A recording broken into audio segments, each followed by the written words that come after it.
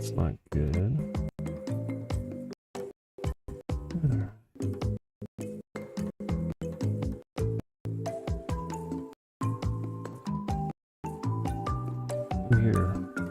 Here's my little intro. And this is yes, hit the button, subscribe, do it. For money. This is presented by David Anderson Cup. Okay. Now, once again, I need to turn off my monitor. No.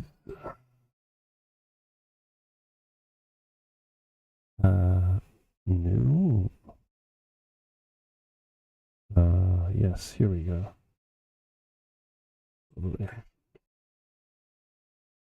Oh.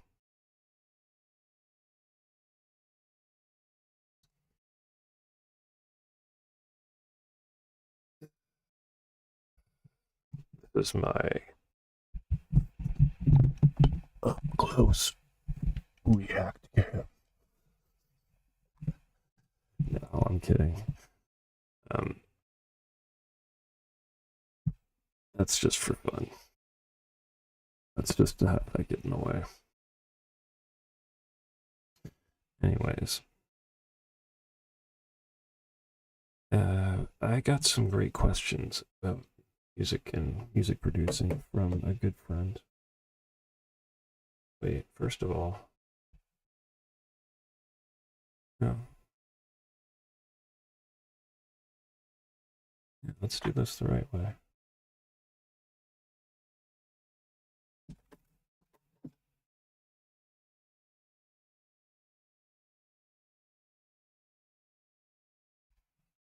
At least a little better. We can turn off.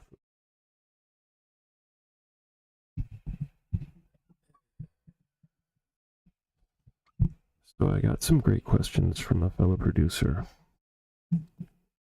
And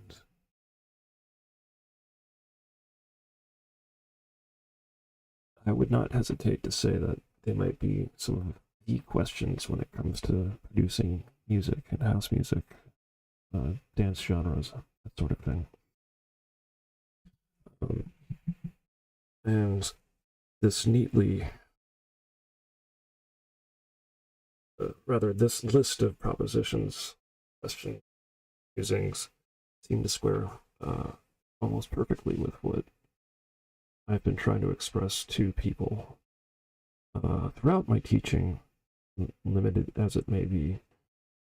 My teaching being more of encouragement and tacit endorsement of collaboration. Now that said, I am going to pull up the questions and we'll kind of explore what he is driving at, because it's a multiple level of things that fit together quite harmoniously, I'd say. And yeah.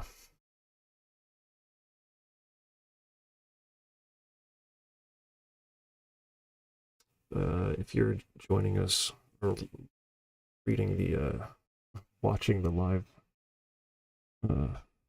what have you, this isn't really much a prepared lecture, so I'm gonna fix it all in post. I really get the sense that this one's lagging. And this isn't recording.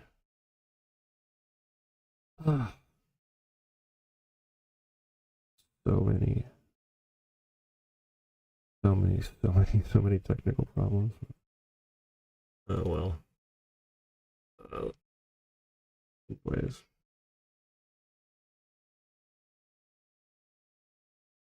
So didn't exactly set up my rig today very correctly. Um, yeah, so here, decided a couple of things. I'm not going to use a cutaway camera because it's too weak. But we're going to take it from the top. So, welcome. My name is David Anderson Kirk.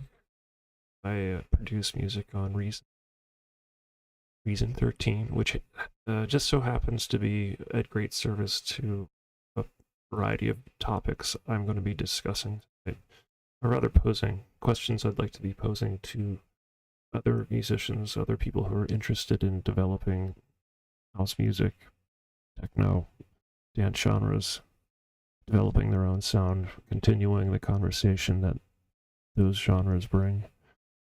And so, as my friend indeed posed a number of questions, I just thought I'd go through them and sort of muse about how I would interpret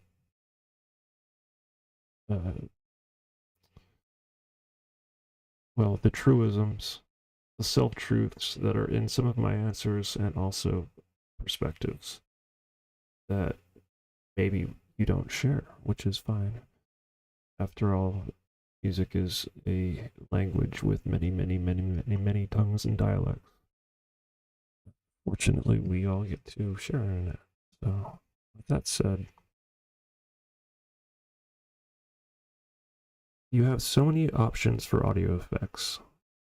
What do the audio effects practically do to change the character of the sounds you attach them to? And I love this question for a couple of reasons, because the word practically do to change. Practically, as in, is it something that should be practiced? Is it practical? I would say yes. But when you're considering a lot of software synths, and it's not so much a practical thing as a mathematical thing.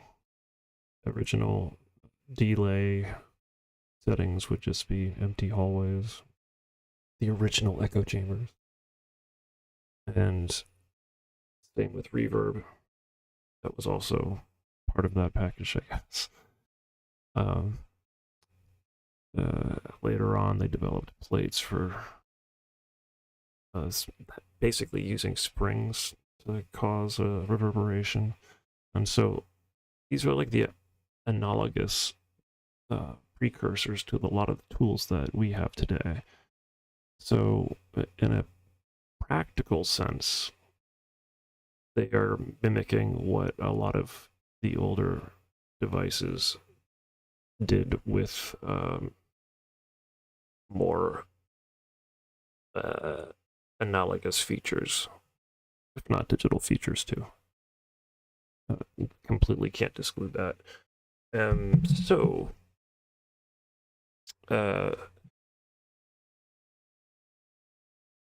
this kind of dovetails into the next question. Related synths have so many knobs. What are the core ones to think about when you're designing your sounds? And this is where Reason really gets to shine, because we have all these simulated Euro racks here that very intimidating at first, right? But not when you get to the basics. So I'm going to pull up a very basic synthesizer. One of the good classics. You have the Thorpe Polyphonic. Just focus on this one. With all of the different features that Reason offers, you can absolutely get very myopic and into the weeds, which is something I'm going to address here shortly, which is pertinent to your question. Now, there is a flowchart that is, shucks, I can't. there is a flowchart built into most synths in some cases, just shown or kind of in the diagram that you can get in the manual, but the primary sound devices, sound generators or oscillators, when we're talking basics, right? So that's the first thing I'd be looking for is how many oscillators do I have? This synthesizer can do more than just analog. So I can play around with some saw waves and then just here at the bottom, make an FM pair to give it that nice grid, like say 1 to 1. So now we have these 3 sound generators that are passing off their signal through this chain of different knobs that adjust a variety of parameters, or a fancier way of saying is modulate. Again, a lot of these are optional, just like the effects we apply. That's the practical part, because some of the best sounds and some of the best sounds on records are very, very simple. There's no reason to over-engineer certain things. That's my late follow-up to why I find that a curious but a very related question. Now here with the Thor, I'm going to solo this out. It would seem... Yeah, I can actually audit it. Monitor. I think. No, I don't need to hear what I'm doing. Anyway, so right now we're just making basic 3 analog synth. It's all in the same octave except for this one. Let's spread them out a bit. And more often than not, your very first encounter with the second most important knob is going to be your filters. You have low pass, you have high pass. I'm sure you've experimented with those in dance music, but the original Moog filter sound is something that folks have tried to emulate in various other devices. So it speaks to the importance of what this device can do to you, for you. Now, this is where I remember my mind first being blown when I was learning like electronic music 101, is that LFO right next door here. And the LFO stands for it's a low frequency oscillator. So just like these oscillators over here, who are going to be sending out tones in the thousands of hertz, well, this is going to send out very, very, very, down to 0.38, really slow. So what you can do is you can use this waveform and that tempo and have it modulate different features of the synthesis. All we need to do is program it. And despite my not having my ears on the outcome of this, I'm pretty confident I know that it's recording. But where we're going right now with this is exactly musical, so fear not. Now, back to this LFO. So again, this low frequency oscillator is going to be delivering low frequencies to modulate other parts of the synth. The fun one, go down to this programmer here. We're going to choose the source as LFO1. We're going to send the destination to the amp pan. Crank that up to 100. And you should see of maybe now we sync this up the tempo. Now we have a synth noodle making a little bit of a pan action. That's just from using one program feature of this one LFO. I can assign this LFO to do other things. In fact, if you want to get really spicy, you can absolutely have other synthesizers patch in. Let's not get ahead of ourselves.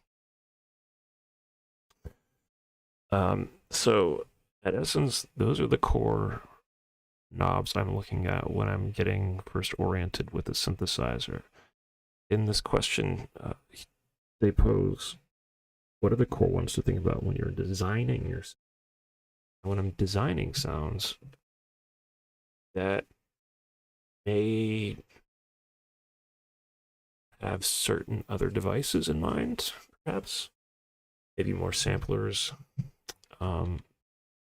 Although, since we're in dance music, design a lot of sounds in a synthesizer. Yeah, and so I would say these are some of the big ones.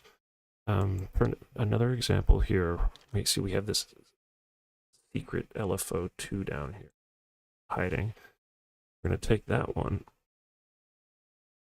and we're going to have that modulate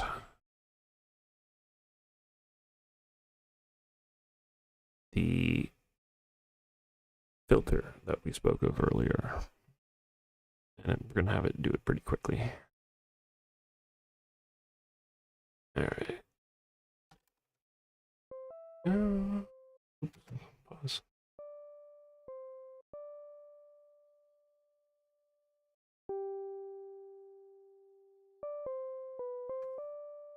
Huh.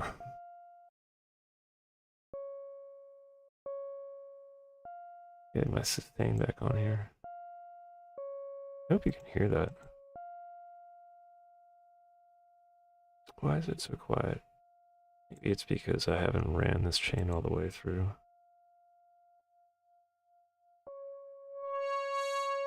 There we go. Anyhow. So, as I was saying, sound design can mean so many different things. There's many opportunities to use a synthesizer such as this to design sounds. I would find that a lot of sound design is remodeling and re-desecrating other samples that may have been just part of our subconscious for decades. I believe that all sources of sound, in some cases, have a duty to be reconstituted into dance music. And but really no source is too holy. Obviously for taste, but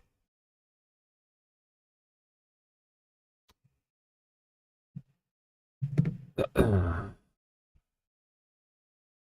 think principles of sound design for me boils down to probably 60% modifying sounds and combining them with sounds of their ilk, or 10% of doing my own field recording Foley work to get the sound that I want, and probably another, the remaining 10% would be doing sound design solely with synthesizers. And you can achieve some pretty interesting organic sounding timbres that way, but that's a whole other process. Now, this next thread here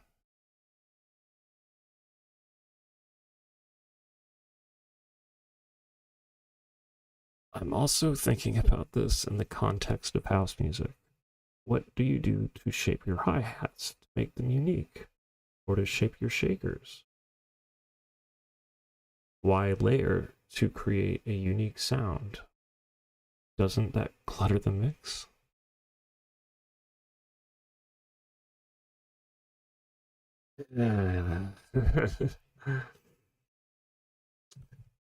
So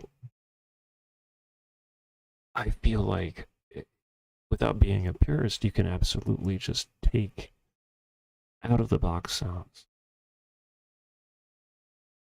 The most embarrassing timbres, most obvious contact step, just cabinet ass sounding clarinet, and make a certified banger.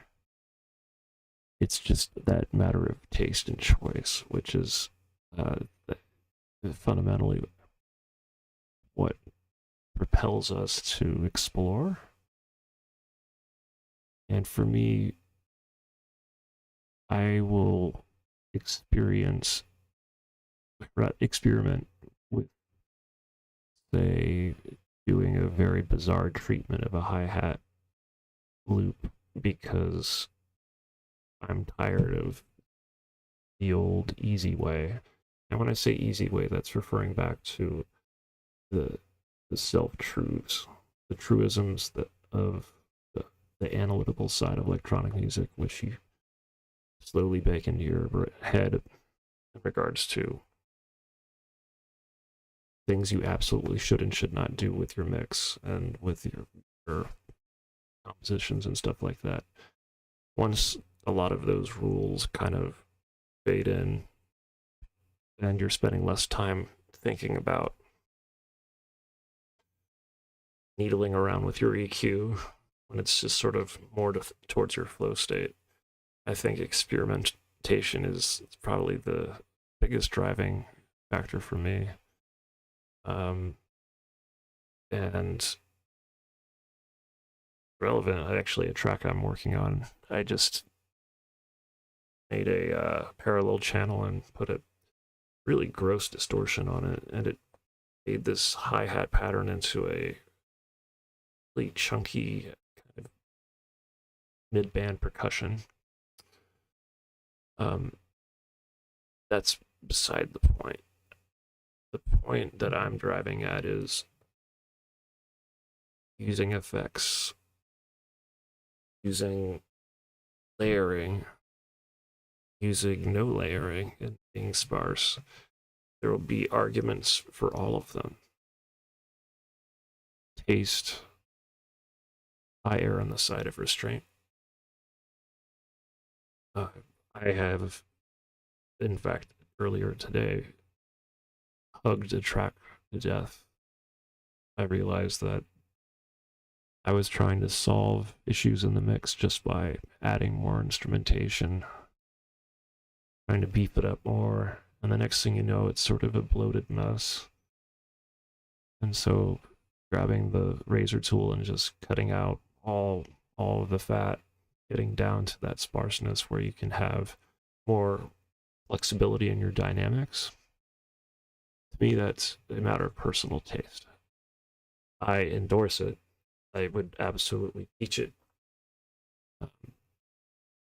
So that said, sometimes layering a bunch of sounds to make a sound will just clutter your mix. Is it necessary to do as a practice? If it serves you. For me, expediency in production is way more important than worrying at first about nailing like the bang and timbre. And this goes back to my, well, the truth that no matter what we do as producers, we are oscillating, if you will, between an analytical portion of our brain where we're considering a lot of specific engineering issues, stuff of that nature, which might necessarily keep you in a creative mind state. So, not knowing where your mind is starting to cross over, losing track of when it does, and then wondering where your flow state went. This is, to me, why that raw experimentation and that raw immediate contact with the sound is more important in basic composition than over engineering sounds, because you can do that later. And those are typically my end of night sessions. Don't know why. And another thing is ear fatigue. A huge cause of my over-cluttering a mix with sounds that are too cluttering the lanes, so to speak. If you're clogging the lanes with a bunch of tracks and you don't really know why, and it's not serving the music, and you stop believing in it, even before you've taken out that razor tool and cut it all down, just stop working on it and start another one, and another one the next day, and another one the next day. Because our own ear fatigue will often cast a much harsher judgment on our fresh productions than if we give it some time. And I know that Gerhard Richter, painter, does the same thing with a lot of his pictures. When he paints a painting, if he's automatically pleased with it, he is almost doubtful. It casts him with a bit of suspense. So he'll either continue working on it until he's not sure if it's good, or will just walk away from it.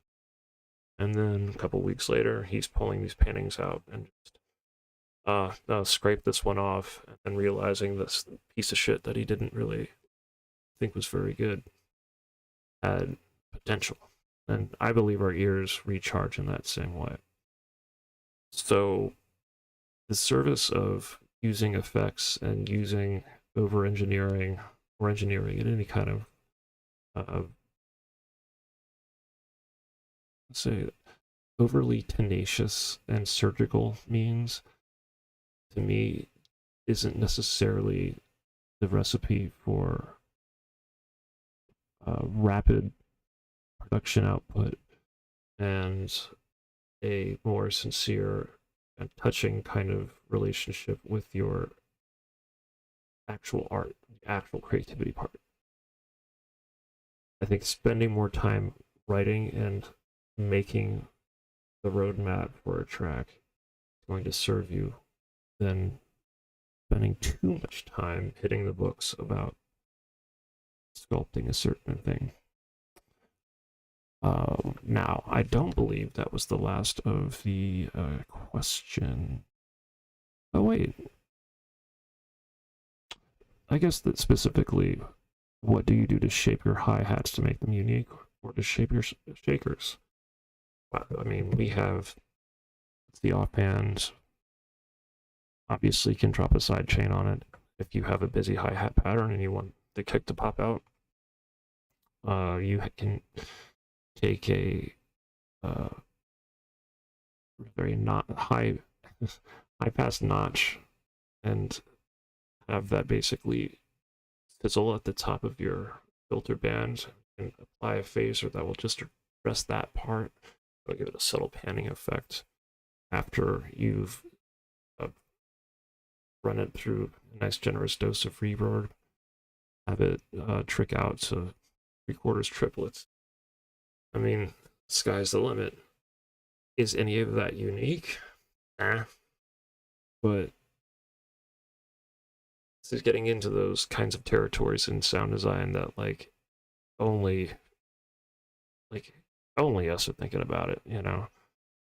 No one is stopping and thinking about, oh, is that an 808 hi-hat that's in that latest hip-hop banger? I know I would be, but yeah, your average consumer is not going to be really concerned for these things. So a lot of these technical questions to me really do blend perfectly into kind of the way I interpret my creative process, which is, yes, when it serves you, but making sure your contact with your creative path is fruitful by not getting too sidewinded with learning all the functionalities and getting too rigged into the science. There's time for that plenty, but not when you're trying to write. Okay, with that said, I am going to sign off. Thank you for tuning in, and I will probably edit this together and make it a more illuminating with more illuminating video with all those choice snap edits. Thanks for being here, and I hope you have a good night's rest, and I hope you make some bangers.